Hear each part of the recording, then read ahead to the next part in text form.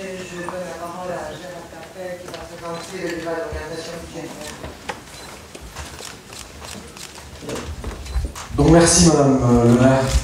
Par rapport à, nous allons démarrer ce débat d'orientation budgétaire. Donc le débat d'orientation budgétaire est une étape essentielle de la vie démocratique dans notre ville. Il permet de présenter le contexte dans lequel vont s'opérer les choix politiques et financiers de l'équipe municipale, dans un environnement économique, institutionnel, la nature et le niveau des recettes et des dépenses de fonctionnement et d'investissement de la ville, l'équilibre du budget et la politique de financement de la municipalité. Il sera suivi du vote du budget primitif et des budgets annexes pour 2014, donc le 30 avril prochain. Rappelons rapidement pourquoi ce débat d'orientation budgétaire. Il est imposé au département depuis 1982. La loi du 6 février 1992 a étendu aux communes de plus de 3500 habitants ainsi qu'aux régions l'obligation d'organiser un débat sur les orientations générales du budget dans un délai de 2 mois précédant l'examen de celui-ci par l'Assemblée. L'équipe municipale précédente a fait le choix de ne pas planifier ce débat dans les délais habituels, permettant d'assurer la continuité de service. Elle avait pourtant la nécessité de le faire, comme l'ont fait la majorité des municipalités, pour engager le quotidien dégourdé. Même si les échéances électorales pouvaient interroger sur un planning comparable à celui des années précédentes, il aurait été préférable, par obligation de clarté vis-à-vis des Lourdais et pour leur intérêt, de fixer le cadre nécessaire à la continuité du service communal, du cadre modifiable par la nouvelle mandature, par des décisions modificatives ou des budgets ou de budgets supplémentaires. Aujourd'hui, le calendrier est très restreint. Nous aurons donc à reprendre dans l'urgence les remarques faites sur ce débat et sur cette esquisse de projet pour mener les investigations et présenter donc dès la semaine prochaine un budget primitif, donc le 30 avril.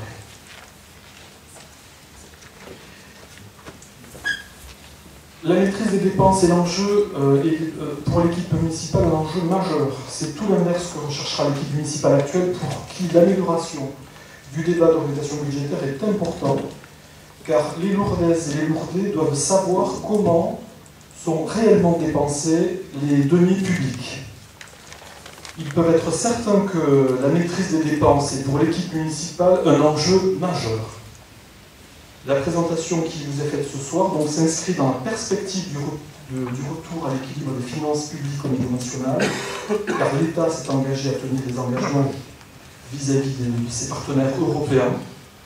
Cela se traduit cette année encore par moins de ressources publiques et par davantage d'obligations de transfert de charges qui seront non financées. Ce qui rend malheureusement plus difficile la gestion des finances dans une collectivité territoriale. Donc mon exposé ce soir va tourner autour de 3 grands principes, donc le contexte national, le contexte local et les choix et orientations budgétaires de la ville de Lourdes pour cette année 2014.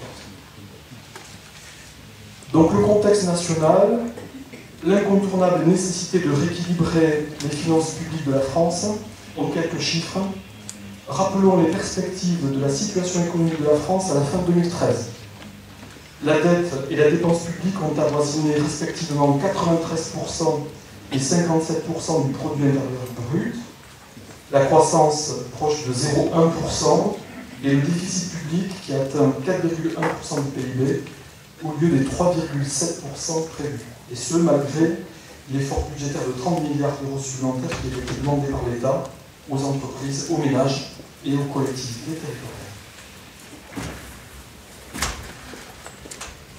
La poursuite de l'effort d'économie pour la période de 2014-2017 est confirmée par le gouvernement. Le retour à l'équilibre des comptes publics en 2017 s'inscrit sur 3 grands principes. Donc, dans les engagements de la France vis-à-vis de l'Union européenne à travers la loi de programmation de finances pour les années 2012-2017, le programme de stabilité 2013-2017 qui a été voté par le Parlement en avril 2013, et le rapport préparatoire au débat d'orientation des finances publiques qui a fait l'objet d'un débat au Parlement en juillet 2013. Notons tout de même que pour la première fois, le Haut Conseil des finances publiques, créé par la loi organique du 17 décembre 2012, a rendu un avis sur le scénario à partir duquel est bâti le budget 2014. Donc il a jugé plausible la prévision de croissance 2014 pour l'État français. Toujours sur le contexte national, pour 2014, l'objectif affiché dans la loi de projet de finances est à moins 3,6% du PIB. Et encore hier, le gouvernement a confirmé ce taux en le passant légèrement à 3,8. Ce qui suppose de réaliser un effort budgétaire de 18 milliards d'euros, un peu moins que les 20 milliards d'euros qui étaient initialement prévus, qui vont se répartir entre 15 milliards d'euros d'économies sur les dépenses publiques, 9 milliards qui reposeront sur l'État et les collectivités, et 6 milliards sur les régimes sociaux. Et 3 milliards de prélèvements sur les prélèvements obligatoires. Cet effort va se concrétiser dans le projet de loi de finances et de financement de la sécurité sociale pour 2014. La loi de programmation de finances 2014 est construite sur une hypothèse de croissance de 0,9% au lieu des 1,2 prévus, ce qui devrait permettre de relancer l'emploi. Le discours de politique générale du nouveau gouvernement prononcé en avril de 2014 confirme cet objectif majeur de redressement des comptes publics.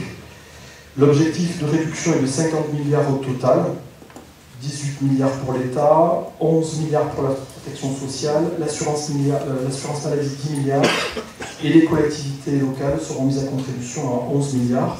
C'est aussi quelque chose qu'il faut prendre en compte dans les projections de budget futur, puisque c'est encore un engagement qui est confirmé par les pouvoirs publics. Donc le retour à l'équilibre repose sur la reprise de la croissance économique, sur la maîtrise de la dépense publique nationale, locale et hospitalière, sur la capacité contributive des entreprises et des Français. Après une croissance nulle en 2012 et quasiment nulle en 2013, puisqu'elle était de 0,1%, l'année 2014 s'ouvre donc sur une perspective de croissance raisonnable qui semble être confirmée par de nombreux instituts de conjoncture, le FMI par exemple, la Commission européenne, le consensus Forecast par exemple.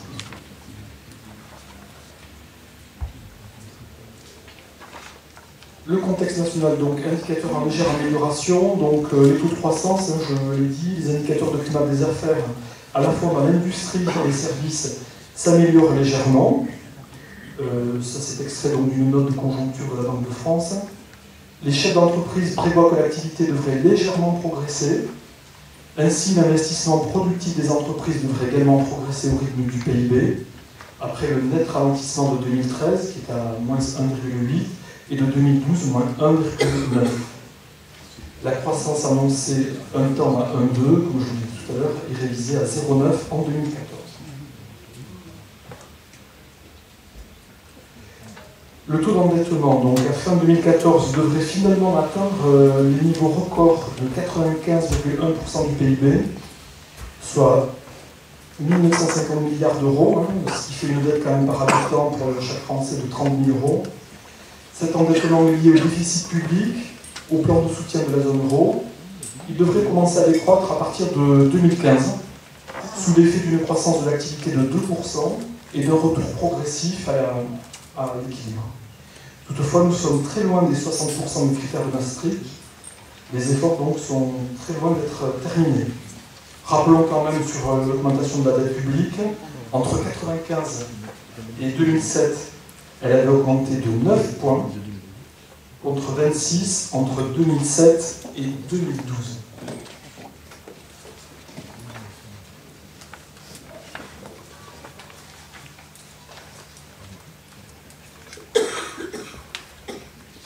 La poursuite des réformes impactant les collectivités territoriales. Donc le gouvernement entend poursuivre ces réformes à travers le programme national de réforme transmis en avril 2013 à la Commission européenne qui vise au redressement des comptes publics, à la restauration de la compétitivité, à la lutte contre le chômage, la précarité, les inégalités. Plusieurs textes importants concernent les collectivités territoriales. Nous pouvons citer notamment le projet de loi de décentralisation au nombre de 3 qui concerne la modernisation de l'action publique territoriale, et l'affirmation des métropoles. Ces textes définissent les compétences et articulations entre les structures régionales, départementales et locales. Il instaure un coefficient de mutualisation des services d'un établissement public de coopération intercommunale, avec à la clé pour les EPCI insuffisamment intégrés une diminution des dotations de l'État. Les communes qui n'entreront pas dans cette logique seront beaucoup moins dotées. Donc cela devra, nous, localement, nous amener à toujours nous rapprocher des politiques de pays, de l'intercommunalité. C'est quelque chose d'indispensable dans une programmation budgétaire. Le développement des solidarités territoriales de la démocratie locale, à travers la mobilisation des régions, dont vise donc la croissance de l'emploi et la promotion de l'égalité des territoires.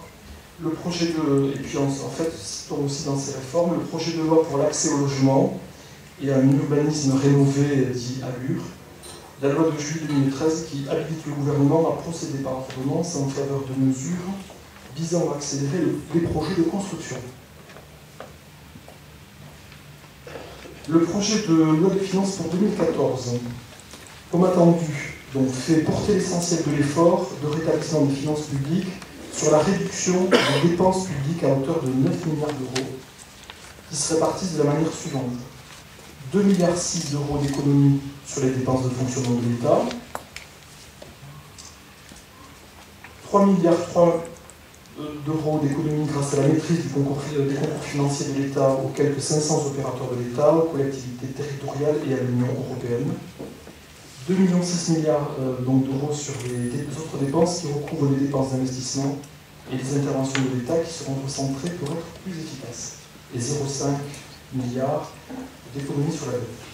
En ce qui concerne la dotation globale de fonctionnement, elle sera donc en repli en 2014 de 3,3, impactant ainsi les budgets des communes, dont le nôtre. Les régions supporteront donc 12% de la baisse, les départements 32% et le bloc communal 56%. Elle sera calculée en fonction des recettes de fonctionnement des communes et des groupements. Elle représente pour le bloc communal en moyenne 1,7 tonnes de fiscalité directe locale. Notons que le redressement des comptes publics est assuré à 80% pour la réduction de la dépense.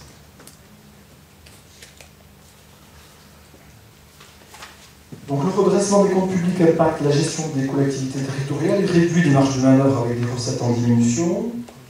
Cette tendance doit être intégrée dans toutes les constructions des différents budgets des communes. L'heure n'est plus au maintien des acquis. Il serait dangereux que des efforts sans précédent soient menés au niveau national et que les communes n'entendent pas ce qui leur est demandé. Nous irions dans le mur.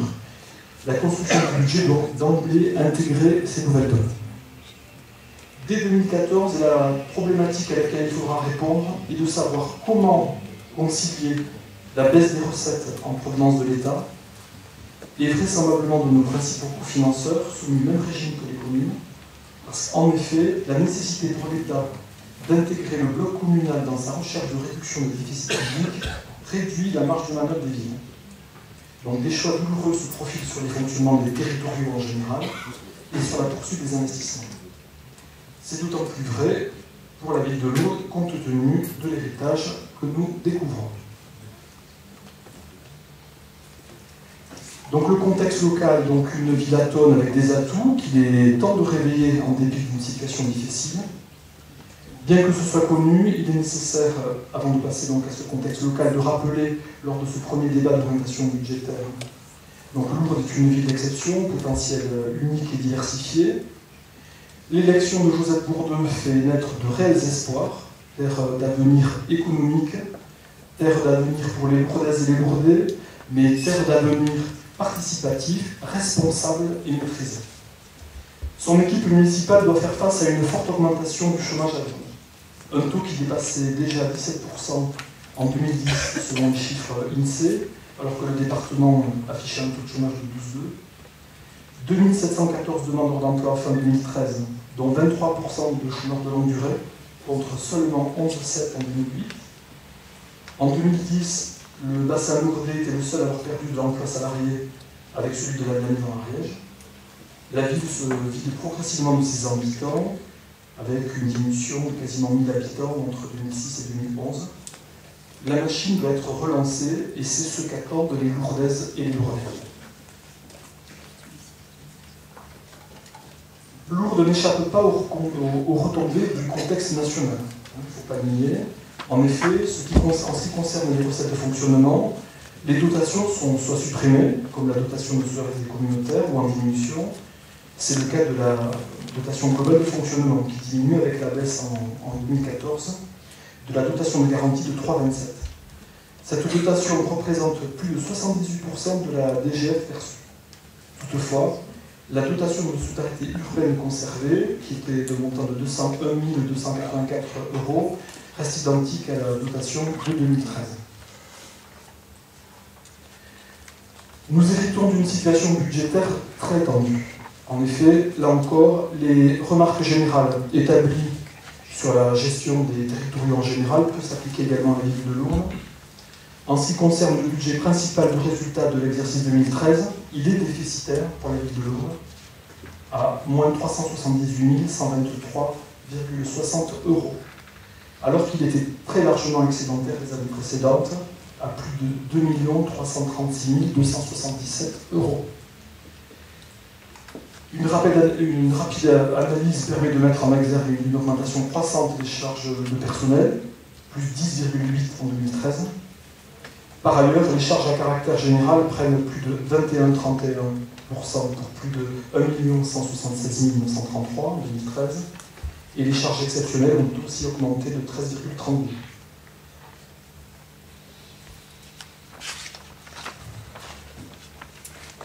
En ce qui concerne la dette à Lourdes s'est levée au 1er janvier 2014 à 25 977 999 €, soit 1 777 € par habitant, pour 1 574 € au 1er janvier 2013, ce qui représente une aggravation de la dette par habitant de 200 € en un an. Le remboursement du capital de la dette sera donc de 2 151 000 € qui sont à inscrire au budget 2014. Par ailleurs, la capacité d'autofinancement net est faible.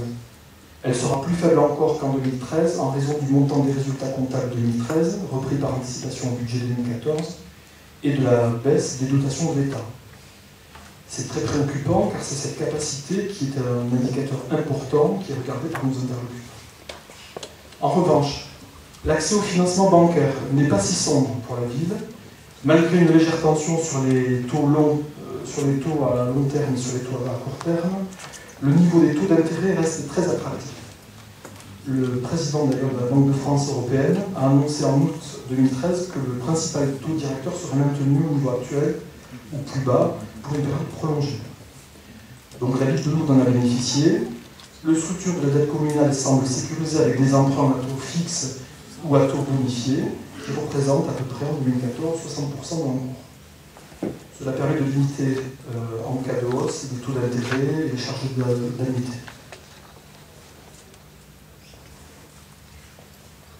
Le taux d'intérêt moyen de la ville donc, sur les emprunts de 3,61 pour une durée résiduelle moyenne de 7 ans et 2 mois. Il est à noter qu'il y a un seul contrat de prêt susceptible d'être classé à risque dans la dette communale, qui est un prêt de 2006 pour un montant restant dû en 2014 de 1 800 000 €. En fin de mandat, les engagements, en fin de mandat donc, de la précédent conseil municipal, les engagements des investissements de l'équipe sortante se sont accélérés en dépit de la situation financière, malheureusement. 800 000 € pour la ZAC d'Enclade, pour un résultat au final de 6 maisons bâties depuis l'ouverture de ce projet. 570 000 € pour l'étude des berges du Gave qui n'ont donné lieu à aucun projet. 175 000 € pour l'étude du PLU qui n'a pas été validée, le travail est à reprendre. 30 000 € pour la protection fonctionnelle de l'ancien maire. 100 000 € pour la location de la frégate. Mais pour quel projet?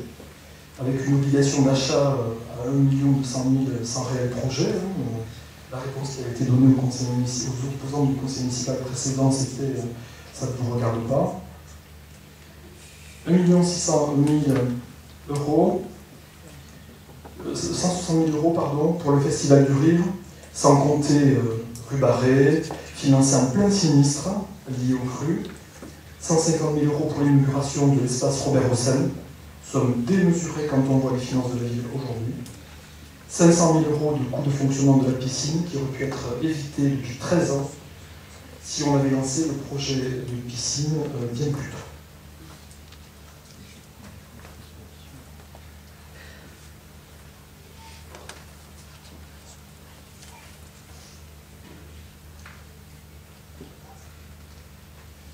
Donc sur ces simples exemples, si on les prend sur la totalité des années où ces projets ont été déroulés, si on traduit ça en points de fiscalité, c'est 27 points de fiscalité qui ont été pris sur les budgets des Lourdais tout au long de ces années. À la vue des résultats, des objectifs mal définis, on peut qualifier ces dépenses de non indispensables, mal employées, pour quels résultats, voire gaspillées. Nous pouvons déduire que les marges de manœuvre aujourd'hui sont très faibles, compte tenu du contexte national, du contexte local, du contexte de crise suite aux crues et de l'héritage que nous venons de vous décrire. Choix et orientation budgétaire de la ville de Lourdes 2014, orienter toutes les actions en faveur des Lourdais. En dépit d'un héritage limitant les marges de manœuvre et en dépit aussi d'un contexte défavorable, l'équipe municipale a la volonté de bâtir un projet de budget primitif 2014 qui permettent de maintenir l'essentiel des dispositifs dont bénéficient les Lourdais et de continuer à investir tout en maîtrisant les dépenses. Redonner l'espoir n'est pas suffisant. Il faut concrètement réveiller les forces vives afin que Lourdes, terre d'avenir, prenne corps.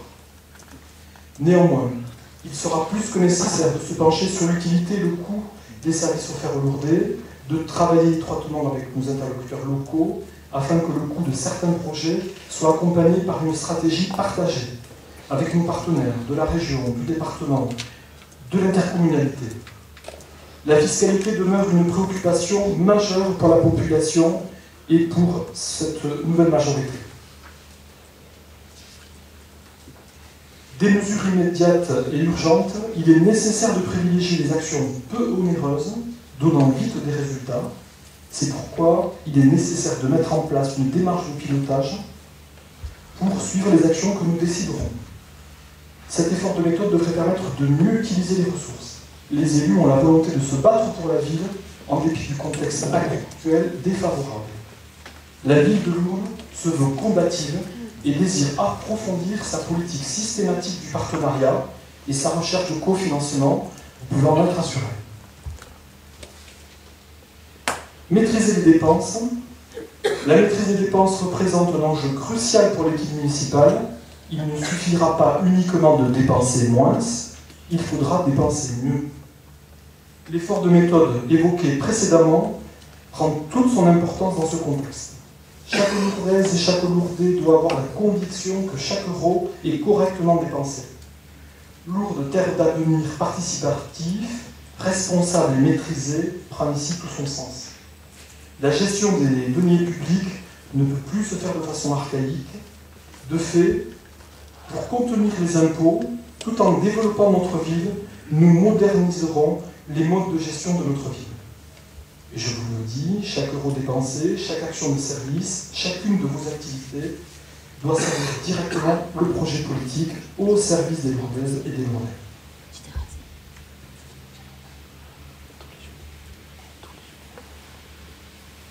Pour cela, à un niveau stratégique, les politiques publiques de notre programme seront déclinées en programmes opérationnels, qui seront eux-mêmes déclinés en actions, qui mettront en œuvre les services de la mairie. Les budgets seront alors alloués rationnellement à ces actions. Concernant le niveau organisationnel, il s'agit en premier lieu de faire l'état de l'action des services et des individus, puis d'aligner ces actions avec le projet politique. Du sens ainsi sera donné au travail quotidien des employés communaux pour la ville. On passe d'une logique de gestion par les moyens, j'ai des ressources humaines, financières, techniques, et je regarde ce que j'en fais, à une logique de pilotage par les objectifs, j'alloue les ressources en fonction des projets politiques. Seuls ces nouveaux modes de gestion développés en collaboration avec l'ensemble des services et des individus permettront d'améliorer le bien-être de tous et d'optimiser l'efficacité de notre organisation tout en maîtrisant les dépenses. Sur les dépenses de fonctionnement, certaines dépenses sont difficilement modifiables. Les dépenses de fonctionnement courantes sont basées sur une inflation prévisionnelle de 1%, Les postes qui évoluent le plus sont les postes d'énergie. Les crédits pour les autres dépenses non obligatoires diminueront de 3%. Les crédits pour frais de personnel devraient progresser de 5% pour tenir compte de l'évolution de glissement vieillesse technicité, de la revalorisation des catégories C au 1er février 2014, de l'augmentation des cotisations patronales et de l'IRCANTEC et de validation de services. Les subventions municipales seront stabilisées par commission attributive au niveau de 2013. Or, la contribution du CCAS que nous ramenons dans un premier temps au budget de 2012, le temps d'évaluer les actions qui sont menées et d'ajuster les services aux besoins de la population sur lesquels nous serons très attentifs. Les contributions aux organismes extérieurs progressent en 2014 de 0,868% pour le contingent départemental d'incendie et de 7,2% pour le syndicat mixte de l'OTACAM. Afin de revoir d'ailleurs la politique de la ville de Lourdes au sein de cette structure, nous allons être candidats à la présidence du syndicat de l'OTACAM afin que la ville puisse participer encore plus activement à son développement, à relier ces deux sites. Chaque élu agira pour s'assurer dans son domaine que toutes les économies possibles soient recherchées et mises en œuvre. Une mobilisation de toutes les ressources disponibles. Les ressources de la ville proviennent à la fois des usagers, des contribuables de l'État, de nos partenaires financiers et de divers autres redevables. Elles prennent la forme des prestations tarifées, d'impôts directs et indirects, de dotations et de subventions. La ville de Lourdes a le souci de limiter la dépense locale. Les communes ont connu la disparition de la taxe professionnelle, qui se traduit par la création de la contribution économique territoriale, le transfert d'impôts de l'État vers les collectivités territoriales et la réaffectation d'impôts entre collectivités territoriales. Et voilà qu'est annoncée la révision de la valeur locative des taxes des locaux d'habitation qui devrait être conduite dans les 4 prochaines années. Compte tenu du bilan qui vient d'être dressé, les diminutions des recettes de l'État, mais aussi des recettes impactées par la dégradation d'indicateurs locaux, comme par exemple la baisse de la population, devant une situation tant nuancée par le contexte national, la situation locale héritée et les événements exceptionnels auxquels la ville a fait face plutôt crus, nous allons, sur ce budget, qui vous sera présenté la semaine prochaine, être contraints donc de construire un budget 2014 extrêmement serré, avec des marges de manœuvre très limitées. D'autre part, la ville participera également en 2014 au fonds de péréquation des ressources intercommunales et communales. Malheureusement, la ville de Lourdes contribue plus qu'elle ne reçoit. Il est donc important que des projets qui concernent l'ensemble des communes du bassin soient supportés par des actions partenariales locales. Néanmoins, notre politique d'action reste volontariste, partenariale et écoute des besoins réels. Cela va nous permettre de tenir tous nos engagements vis-à-vis des Lourdais, contenir réellement les impôts, malgré le contexte local, un engagement que nous confirmons, dégager une capacité d'investissement pour lancer nos projets de réalisation et de répondre, grâce à un travail synergique des employés communaux, aux besoins immédiats des Lourdais.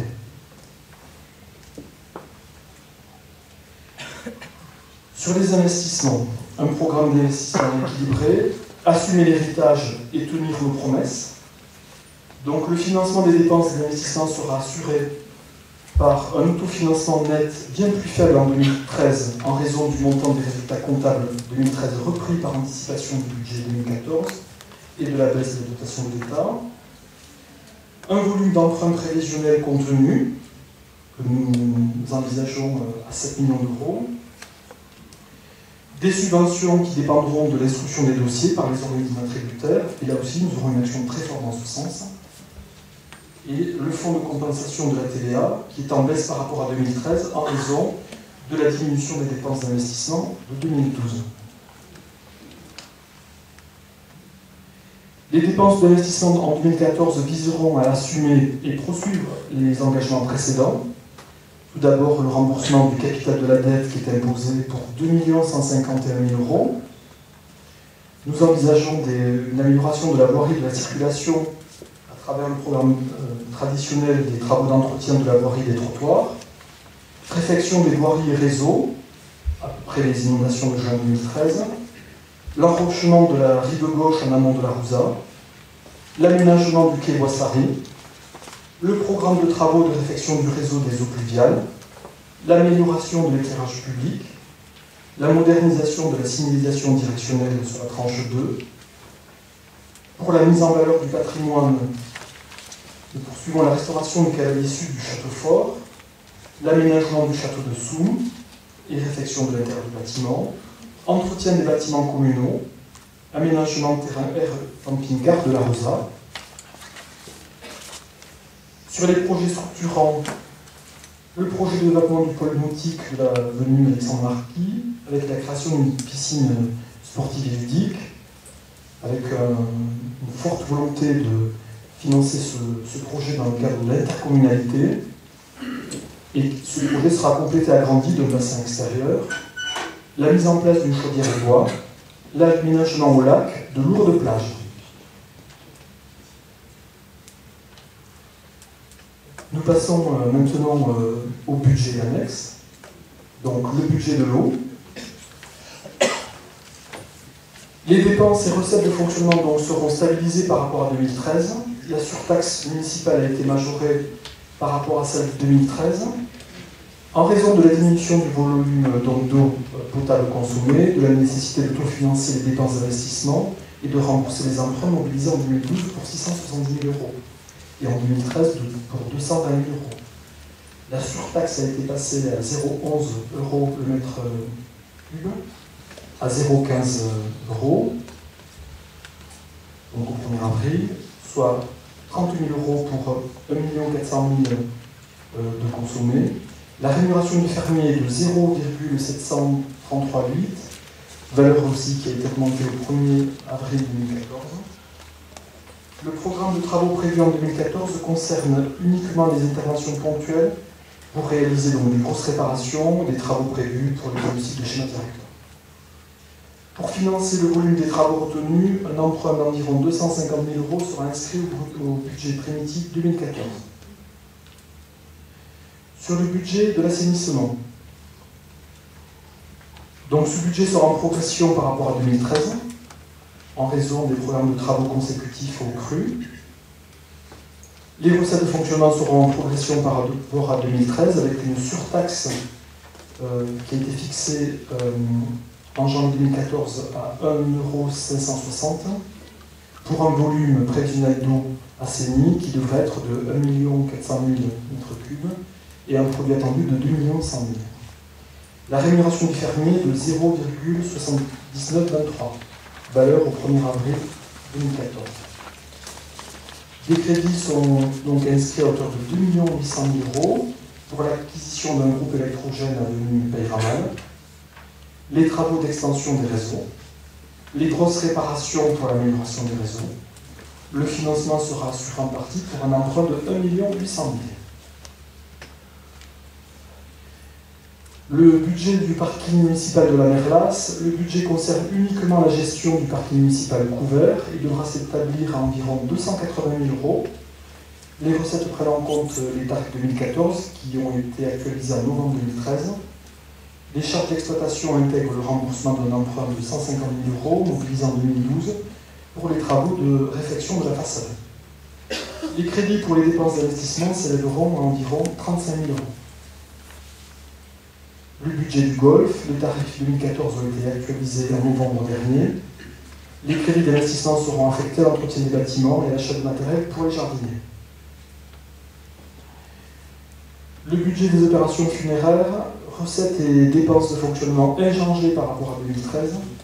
Une réserve de crédit de 17 000 € sera constituée pour permettre la réalisation d'une nouvelle tranche de caveau 3 places au cimetière de Montpasteur.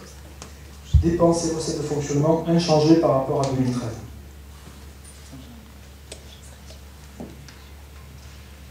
Le budget des activités industrielles. Ce budget intègre les écritures budgétaires pour la gestion de la zone industrielle de SOX, loyer et amortissement comptable. Des crédits sont prévus pour assurer les travaux d'entretien des bâtiments, environ 6 000 €. Le budget de l'unité fermière multiviande. Recettes de fonctionnement, donc les loyers sont prévus pour un montant de 37 000 €. Ils ont été augmentés en 2013 pour prendre en compte les annuités de l'emprunt de 280 000 € contractés en 2012 pour financer des travaux d'extension du bâtiment. Ils ne seront pas modifiés en 2014, hors les révisions courantes.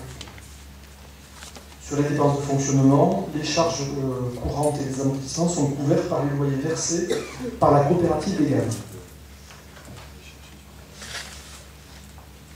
Le budget du funiculaire du Pic du Gers.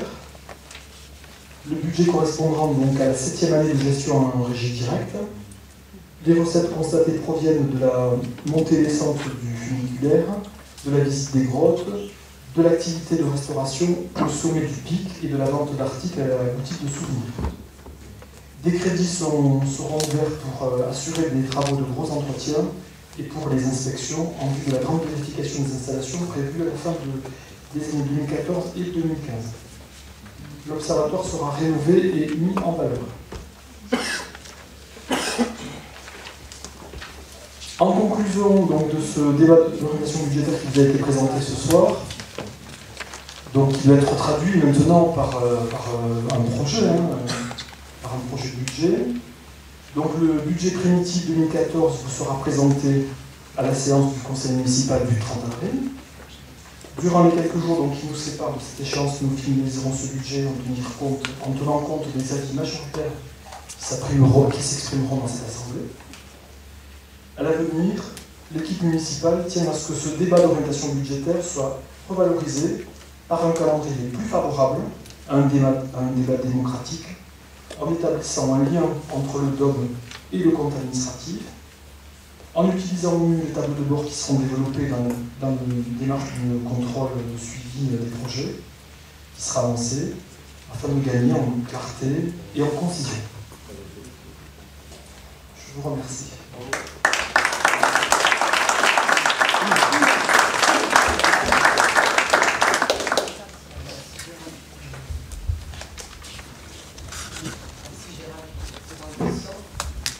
Donc cette présentation n'est pas due à vote, bien entendu, mais à débat. Le débat est ouvert.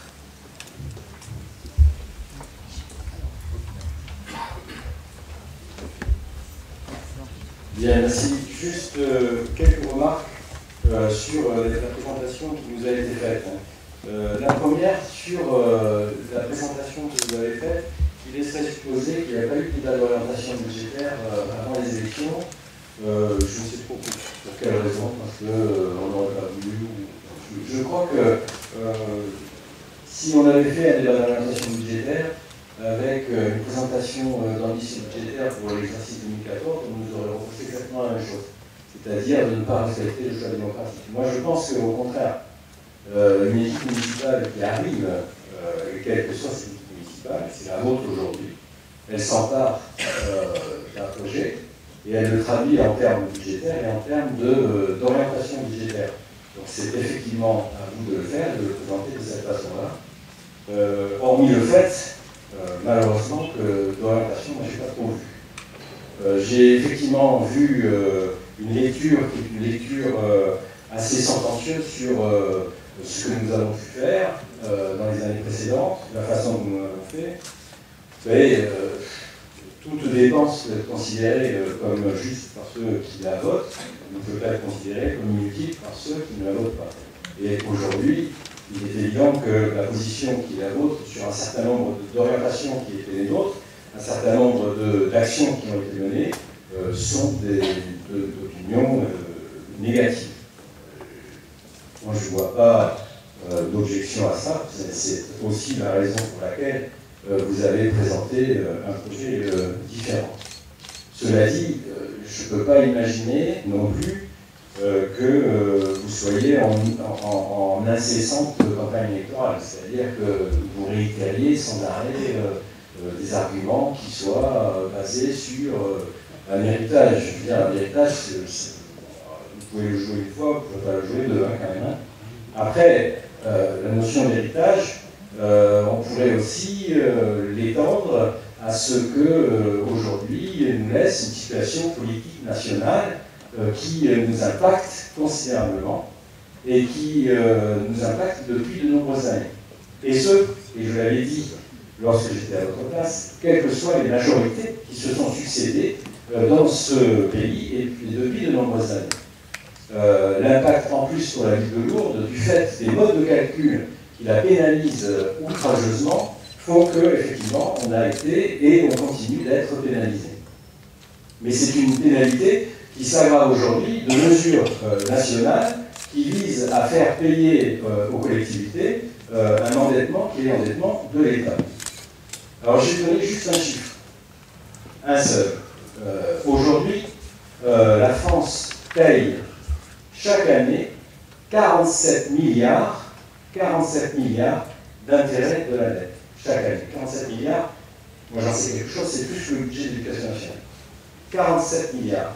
Aujourd'hui, l'État vise à une chose, c'est à se désendetter. Et pour se désendetter, avec une vue politique qui est celle du gouvernement aujourd'hui, c'est de faire retomber la charge sur d'autres, et en particulier sur les collectivités. Les collectivités elles-mêmes, obligées de faire fonctionner leurs établissements, obligées de maintenir un seul investissement, sont obligées de faire retomber une partie de la charge sur le citoyen lambda.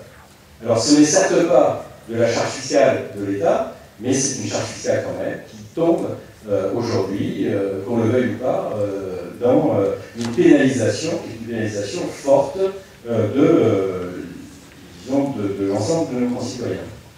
Alors ça, c'est sur le premier point. Après, vous avez défini un cadre d'orientation avec, je dirais, plutôt des méthodes de gestion qui seraient révolutionnaires et qui pourraient avoir l'ambition de trouver un certain nombre, de fonder quelque chose qui permettrait de gérer mieux, de gérer le budget dans de meilleures conditions.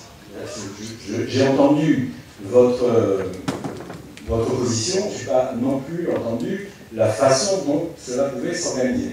C'est ce que vous avez indiqué.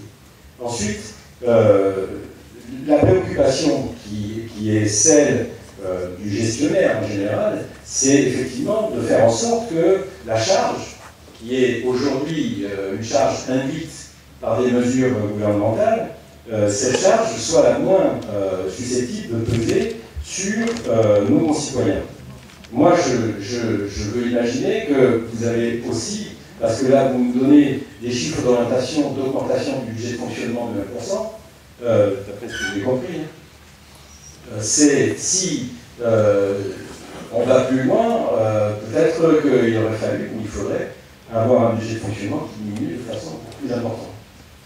Vous nous reprochez, parce que vous avez indiqué les chiffres, je vais les reprendre, une augmentation de la charge personnelle qui était de plus de 10% sur l'exercice budgétaire dernier, en omettant quand même de dire que si la charge effective avait augmenté, c'était parce que les services avaient augmenté à cette occasion. Là, vous l'augmentez de 5%. La charge personnelle augmente de 5%. Je ne veux pas croire que 5%, ça soit l'augmentation des catégories C, parce que les catégories C, malheureusement, ce sont des petits salaires, donc l'augmentation, elle est faible. Et le glissement vieillesse technicité, à mon avis, ça ne fait pas 5%. Surtout que le point d'indice des fonctionnaires, il a été gelé par le gouvernement. Donc on n'aura pas de charge à ce niveau-là. Donc ce sont des charges qui sont des charges nouvelles, peu importe. Ce sont celles que vous voulez, et vous êtes libre de les proposer, et libre de les voter lorsqu'on votera le budget. Mais on ne peut pas imaginer que ça soit, si vous voulez, un grand tableau qui soit dressé et qui soit lié à une notion d'héritage qui reste quand même assez floue. J'ajoute une chose, vous avez effectivement parlé du FCTVA. Le FCTVA, sur l'exercice 2012, la retombée du FCTVA sur l'exercice 2012, il est plus faible. L'exercice 2015 verra un FCTVA beaucoup plus important. Ce que vous retrouverez dans votre capacité d'autofinancement qui sera, en fait, avec un levier supplémentaire avec ce FCTVA qui va revenir. Il ne faut pas l'oublier, parce que l'investissement qui a été fait sur 2013 va retomber sur le FCTVA de 2015. Madame, sur le délai, monsieur, on va prendre le délai qui vous aurait permis d'installer un débat d'orientation budgétaire. je vois que vous ne l'avez pas fait. Nous, en tout cas, moi j'estime que quand on assure une gestion, on va jusqu'au bout, et au moins sur ce qui était engagé, sur ce que vous aviez prévu, le minimum vis-à-vis des Lourdais, c'est de rendre une copie et de dresser cela, même dans une éventuelle perspective de transition. Je crois que c'est important, je l'ai dit dans mon intervention, la continuité du service, ça passe aussi par ça. Et en termes de responsabilité, d'exemplarité, moi je pense que les Lourdais attendaient ça et auraient souhaité que vous puissiez leur dresser un bilan financier, au moins sur l'existant, sur le quotidien, sur ce qui allait être poursuivi. Ça engage tout le monde, ça. Quand il y a une reprise d'une majorité, d'une municipalité, la maison ne s'arrête pas, elle continue. Les Lourdais avaient le droit de ça, et ça aurait permis, effectivement, d'avoir cette clarté, et vous n'avez pas souhaité l'avoir. Voilà. Ça, c'est un premier point. Sur les orientations, je pense que vous ne nous avez pas bien compris. Hein. On a bien compris la situation financière dans laquelle nous sommes. Vous n'êtes pas responsable de tout, mais on l'a bien identifié, on identifie bien notre marge de manœuvre, mais soyez assuré, monsieur Azot, que dans notre vision, dans notre souhait de développer la ville, dans notre souhait de vraiment faire sortir la ville de Lourdes de ce marasme, nous serons présents. Nous sommes installés depuis 3 semaines, nous nous sommes mis au travail et nous allons travailler. Rassurez-vous, et les Lourdais le verront. Sur les politiques nationales, je vois effectivement que vous étiez tout à fait au courant. Effectivement, la politique nationale, mais sans faire de politique, hein, quels que soient les gouvernements, au passage, je vous ferai remarquer l'augmentation de la dette jusqu'à 2007 et après 2007, commençait à augmenter. Mais vous savez pertinemment quelles sont les orientations de l'État qui est contraint de toute façon par ses partenaires européens à cette diminution qui impacte les collectivités territoriales à travers la dotation globale de fonctionnement. Là aussi, on ne va pas dans le mur. Quand on est au courant d'orientation, on ne les nie pas, on les applique à son budget. On fait en sorte de ne pas mener la ville et les services à des situations difficiles. On prend de l'avance et on essaie vraiment d'anticiper sur ces baisses qui sont annoncées. Et dans mon diagnostic, dans mon exposé, je vous ai bien dressé les perspectives jusqu'à 2015-2017, telles qu'elles sont dressées aujourd'hui par les orientations nationales, quelles qu'elles soient. C'est pas de la politique, c'est être lucide, c'est dire aux Lourdais, attention, on n'aura pas le choix. Je peux penser comme vous, hein. On n'aura pas le choix. Mais soyons pragmatiques, anticipons cela, prévoyons-le budgétairement pour éviter que les Lourdais se trouvent face à des situations d'urgence et financière encore plus dramatiques, non prévues, et que ça amène à faire moins d'investissements, etc. Sur la méthode de gestion, je pense que nous nous installons, nous y reviendrons, je pense que Madame le maire reviendra sur ces sujets aussi, mais comptez sur nous là aussi pour apporter notre patte à ce sujet. Voilà ce que je peux dire à votre intervention. Je souhaitais au moins répondre sur ces points.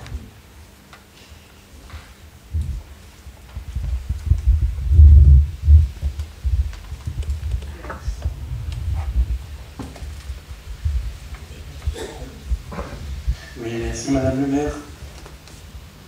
J'aimerais intervenir sur 3 points. Vous vous rappelez que durant la campagne des élections municipales, j'avais évoqué la possibilité, en tout cas, si j'avais gagné cette mairie, j'aurais réalisé un audit financier. A priori, cet audit n'a pas eu lieu. Il y a peut-être eu un état, une mise à plat des finances de la ville. C'est ce que vous aviez dit durant votre campagne. Vous aviez souhaité réaliser. Alors, je ne sais pas comment il a été fait, parce que, évidemment, ça sous-entend que secteur par secteur, on examine les choses et dans la mesure où ce n'est pas un cabinet privé qui le fait, même si ce cabinet privé a un coût, voilà, comment avez-vous procédé? Ça, c'est ma première question. Et même si peut-être, effectivement, vous avez réalisé une économie de ce côté-là, en utilisant pas un cabinet privé, mais voilà, est-ce que c'est aussi fiable que cela? Première question. Deuxième question, qui est plutôt, c'est même pas une question, là, c'est une réponse plus directe à M. Azot, pour lui dire quand même que un débat d'orientation budgétaire, c'est obligatoire avant le vote d'un budget primitif. Et par conséquent, sinon, il y a une illégalité de la délibération relative à l'adoption de ce budget primitif pour la commune de Lourdes. Donc, voilà, et c'est ce qu'on fait là, mais oui, vous posez la question, pourquoi on n'en avait pas discuté avant?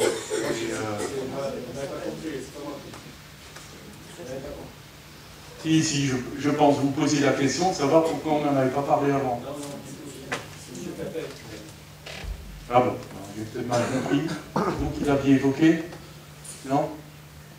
Dans mon intervention, je regrettais que ce débat n'ait pas eu lieu plus tôt. Voilà, et c'est ce que je dis.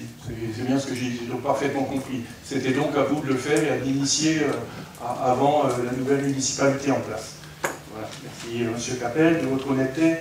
Et le dernier point, c'était la dette par rapport au nombre d'habitants. Effectivement, là, je suis très inquiet, et vous disiez, M. Azot, qu'il n'y avait pas de cadavres dans les placards. Peut-être, en réalité, quand on regarde les choses de près, 26 millions d'euros de dette, le calcul, c'est moins de 1800 euros de dette par habitant, ça fait 150 euros par mois, ça fait 5 euros par jour, il suffit de prendre une calculette, dire qu'il n'y a pas eu de cadavre dans les placards, c'est un peu y aller fort. Commencer, je me mets à la place de Madame le maire, si j'avais eu à prendre cette ville, et c'est la question que je vous pose, parce que comment allez-vous, quelle politique allez-vous mettre en place, sachant que je vois qu'effectivement, vous tenez un certain nombre de vos engagements municipaux avec des grands projets structurants, mais ne serait-il pas plus judicieux, dans un premier temps, d'essayer de réduire d'une façon drastique cette dette et l'encours de cette dette? Parce qu'en réalité, vu la somme qui existe et qui est colossale, au moins dans un premier temps, la première année, n'aurait-on pas eu intérêt à réduire d'une façon drastique cette dette et envisager l'exercice ou la réalisation des grands projets structurants qui étaient les vôtres durant la campagne électorale, et qui d'ailleurs, pour ma part, j'en avais pris, j'avais des propositions identiques, je pense à l'aménagement de plages. Est-ce que là, il n'y aurait pas eu quelque chose à faire, mais dans un second temps, c'est-à-dire à partir de la deuxième année, par exemple? Voilà, ça fait beaucoup de questions. Essayez les uns et les autres d'être le plus complet possible. Merci.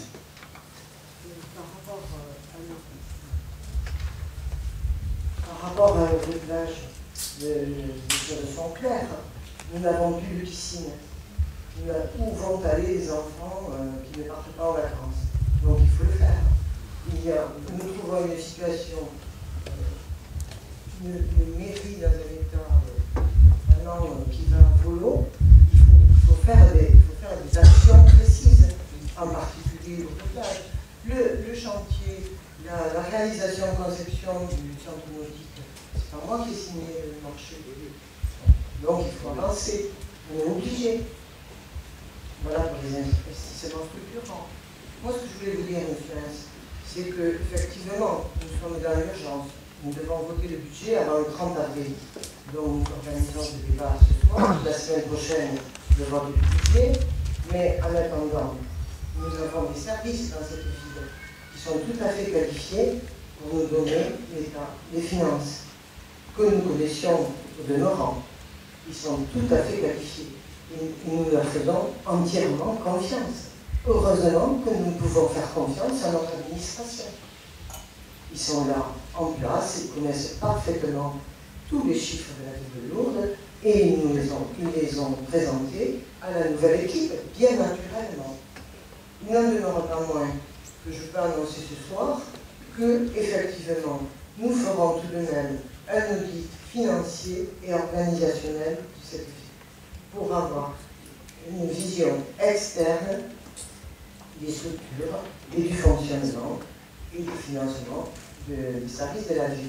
Mais nous présentons ce soir un débat d'orientation budgétaire et dans 8 jours un budget fait en corrélation et en travaillant tout à fait en grande confiance avec nos services et notre direction financière. qui avait une question? La réduction de la dette. Comment comptez-vous réduire drastiquement cette dette, l'encours de cette dette? Ce qui n'exclut pas, effectivement, parce que nos enfants, je vais reprendre, Merci. Qui n'exclut pas, effectivement, parce que nos enfants ont besoin d'aller d'aller se baigner cet été, quand on s'est recruté, par exemple, 2 ménageurs sauveteurs, etc., de voir la qualité de l'eau du lac de Lourdes, au moins dans la partie... Je peux vous rassurer tout de suite, la qualité de l'eau du lac de Lourdes à l'instant T est bonne. Nous avons fait aujourd'hui une réunion avec les services de l'État, monsieur le sous-préfet, l'ARS, les services de la jeunesse et des sports, et nous avons travaillé, et la réunion s'est très bien passée et très positive pour ouvrir le 1er juillet, j'espère, Lourdes plage. Pour la jeunesse, pour nos enfants, très bien. Et alors justement, M. Capel, la réduction importante de... Alors sur les emprunts d'abord, je vous l'ai dit dans l'exposé, sur la prévision d'emprunt, on ne s'empêchera pas néanmoins d'ouvrir pour 7 millions d'emprunts en fonction des projets que nous pourrions décider dans cette assemblée, en sachant qu'on ne les appellera que si on en a besoin. La volonté également de ce conseil municipal, c'est aussi, vous avez raison, de réduire cette dette. Donc, à chaque somme économisée, nous veillerons à penser et à débuter ce désendettement, qui est important, et qui a augmenté, vous l'avez soulevé, M. Hans, qui a augmenté encore cette dernière année. Plus de 200 € par habitant. Donc, effectivement, ce sont des points d'équilibre auxquels nous veillerons pour limiter le recours à l'emprunt, tout en dégageant, et quand nous dégagerons des marges, nous veillerons à développer nos projets raisonnablement et à penser également à amorcer un début de désendettement. Alors, pratiquement, comment allez-vous réaliser ce début de désendettement? En fonction des seuils que nous allons dégager. Nous dégagerons. Voilà. Donc on va faire un tour, on a commencé à faire un tour des investissements prévus et nous sommes actuellement en train de faire cet état des lieux. D'accord, donc c'est en cours. Merci. Je vous rassure, les sommes particulièrement non. Je voudrais juste 2 remarques, si vous le permettez.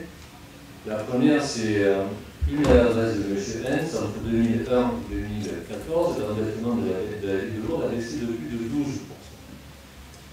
Ma première remarque. Deuxième remarque, si vous le permettez, il n'a échappé à personne dans la ville de Lourdes. L'année 2013 avait été une année particulièrement incongrue, puisque la ville a dû faire face à plus de 2,5 millions d'euros de dépenses liées à la crue, ce qui, bien évidemment, va affecter le résultat.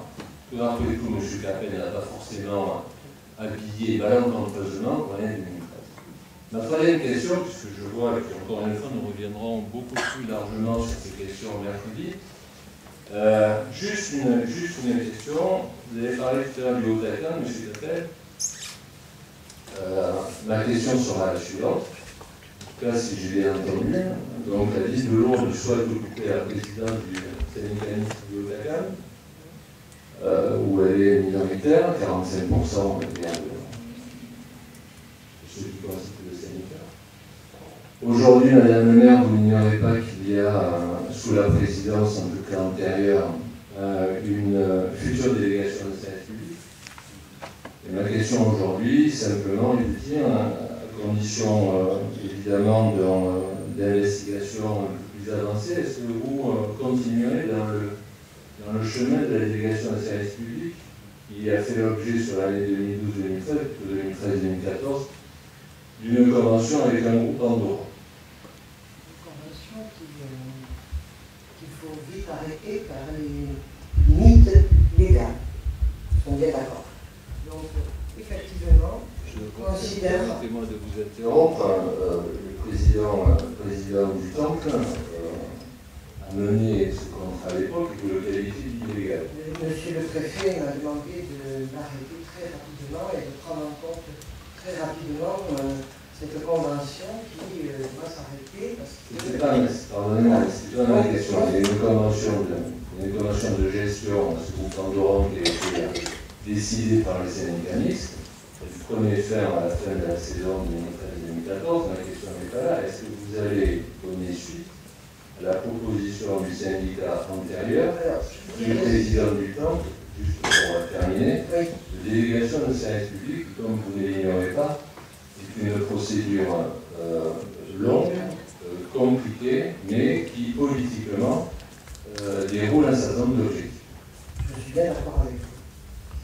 Et Vous répondez ce que je voulais vous dire, ce que je veux vous répondre, monsieur Artiganab, c'est que le syndicat mixte de la CAM, auquel vous n'avez jamais voulu prendre, dans la structure dans laquelle vous n'avez jamais voulu prendre la présidence, moi je ne suis pas d'accord avec vous parce que je pense qu'en finançant seule Ville de Lourdes 45% des investissements et du budget, je considère que la Ville de Lourdes est légitime pour obtenir la présidence de ce syndicat.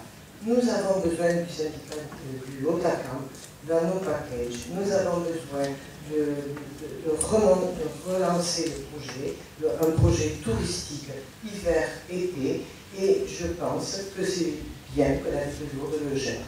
Voilà. Et je m'en suis entretenue avec la présidente de la communauté de l'Argelès, la communauté de communes d'Argelès-Ladotte, qui n'y voit aucun inconvénient. Nous travaillerons ensemble pour le bien du Haut-Acam, de Lourdes et d'Argelès. Et la délégation de service public sera reconduite, réétudiée peut-être, et nous allons nous attacher très rapidement à régler ce problème. Très rapidement, et nous vous tiendrons au courant de nos décisions. Il n'y a pas à l'heure actuelle, il n'y a pas de délégation de service public. C'est une convention. Je sais très bien, monsieur. C'est une convention.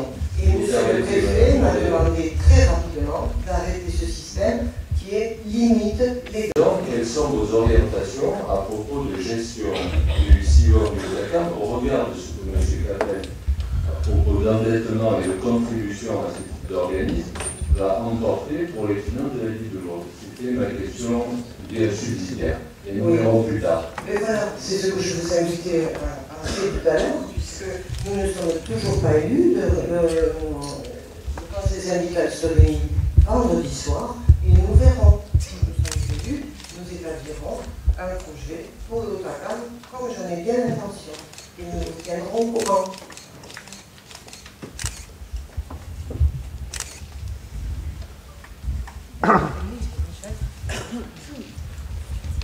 Je voulais juste revenir 2 secondes sur la question de l'endettement, puisque M. Capel indique à juste titre que dans le budget, on verra certainement apparaître une ligne qui sera une ligne d'ouverture d'emprunt de 7 millions. C'est ainsi que je l'ai compris. Alors, comme à chaque fois, et ça c'est la règle constante, les emprunts ne sont mobilisés que si on en a besoin, donc on a bien compris. Mais je voulais simplement dire que le désendettement, ça ne paraît pas aussi évident que l'énoncé d'une formule. Que d'autre part, faire des calculs de dette par habitant, par enfant, par minute, par seconde, moi ça ne me paraît pas être très judicieux quant à la réalité du fonctionnement financier d'une collectivité, et ce, quelle qu'elle soit. Par ailleurs, je rappelle quand même que dans une collectivité, ce n'est pas tellement le niveau d'endettement qui compte, c'est sa capacité d'autofinancement. C'est-à-dire sa capacité à dégager une charge, à dégager un surplus nécessaire à son fonctionnement, ce qu'on appelle les fonds propres. C'est ça qui est important. Le reste, c'est des moyens de fonctionner qui sont indispensables, parce qu'il n'y a pas d'autre manière d'investir. Et si demain, les collectivités en France cessaient d'investir, vous seriez, et nous serions, face à une catastrophe. Face à une catastrophe. Encore plus important que le mouvement de déflation auquel on a assisté.